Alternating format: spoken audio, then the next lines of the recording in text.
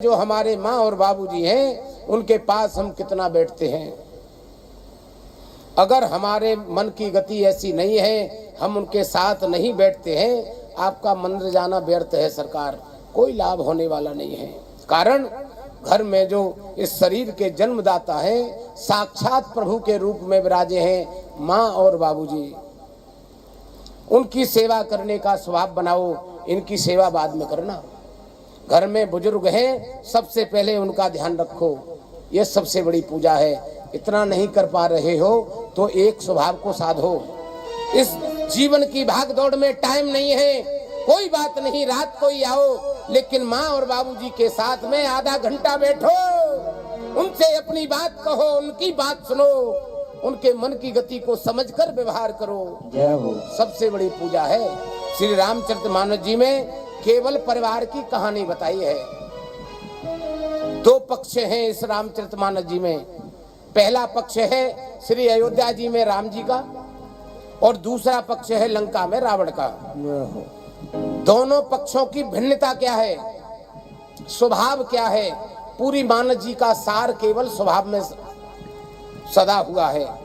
देखो राम जी का स्वभाव क्या है जानते हो? प्रात काल उठ के रघुनाथा, मात पिता गुरु नावे माथा। प्रात काल उठ के रघुनाथा, प्रात पिता गुरु नावे माता। प्रात काल उठ के रघुनाथा, मात पिता गुरु नावे माथा। प्रात काल उठ के रघुनाथा, मात पिता गुरु नावे माता। प्रात काल उठ के रघुनाथा, मात पिता गुरु नावे माथा। प्रात काल उठ के रघुनाथा, मात पिता गुरु नावे माता। गृहस्थ जीवन मिला है, माँ बाबूजी की सेवा करने का स्वभाव बनाओ।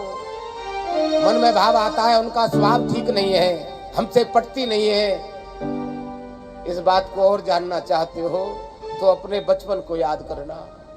ये वही माँ बाबूजी है जो रात रात भर आपके लिए नहीं सोए हैं। आज तू समझदार हो गया है तो उनसे ही कहता है तुमको क्या आता है। अरे उनको कुछ नहीं आता प्यारे, तो तेरे ये नेत्र संसार को नहीं देखते, साक्षात भगवान है। मेरा निवेदन है माँ बाबूजी की सेवा की जाए। दूसरा पक्ष क्या है? रावण, लंका। क्या परेशानी क्यों आई जानते हो?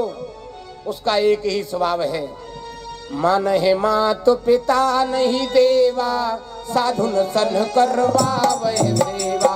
मान है मात पिता नहीं देवा, साधुन सन करवावे सेवा। मान है मात पिता नहीं देवा, साधुन सन करवावे सेवा। मान है मात पिता नहीं देवा, साधुन सन करवावे सेवा। माँ भगवती पूछने लगी, बाबा यह बात जो आप बता रहे हो तो इसका निष्कर्ष क्या है?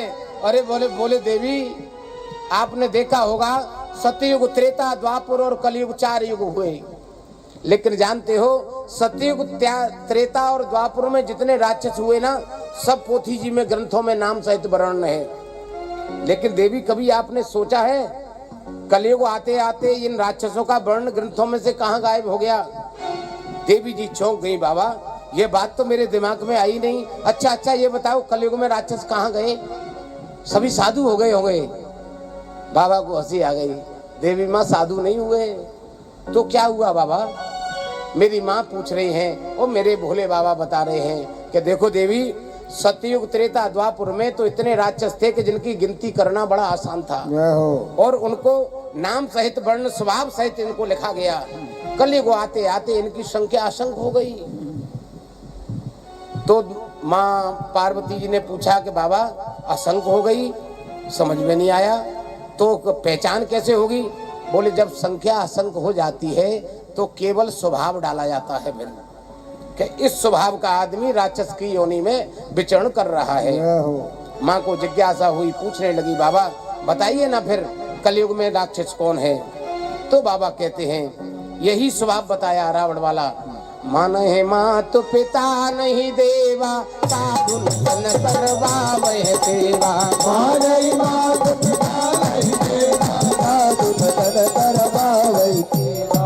हे देवी, जो माता पिता को नहीं मानता है, और इतना नहीं, ठाकुर में कोई उसका श्रेय नहीं है, और इतना नहीं, सज्जनों से सेवा ले रहा है।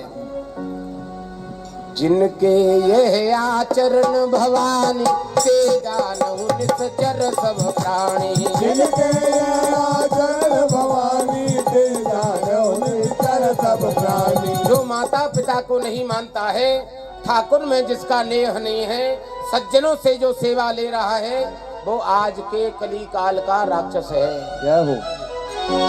यह बात हमारे आपके मन में घर करे, कहीं कोई छोटा सा अपराध हमसे तो नहीं हो रहा। अगर हो रहा है तो चिंता करने की बात नहीं है, आज से ही साधो। जब से हमारे नेत्र खुले, हमारे मन की गति बदले, तभी से सवेरा है सरकार।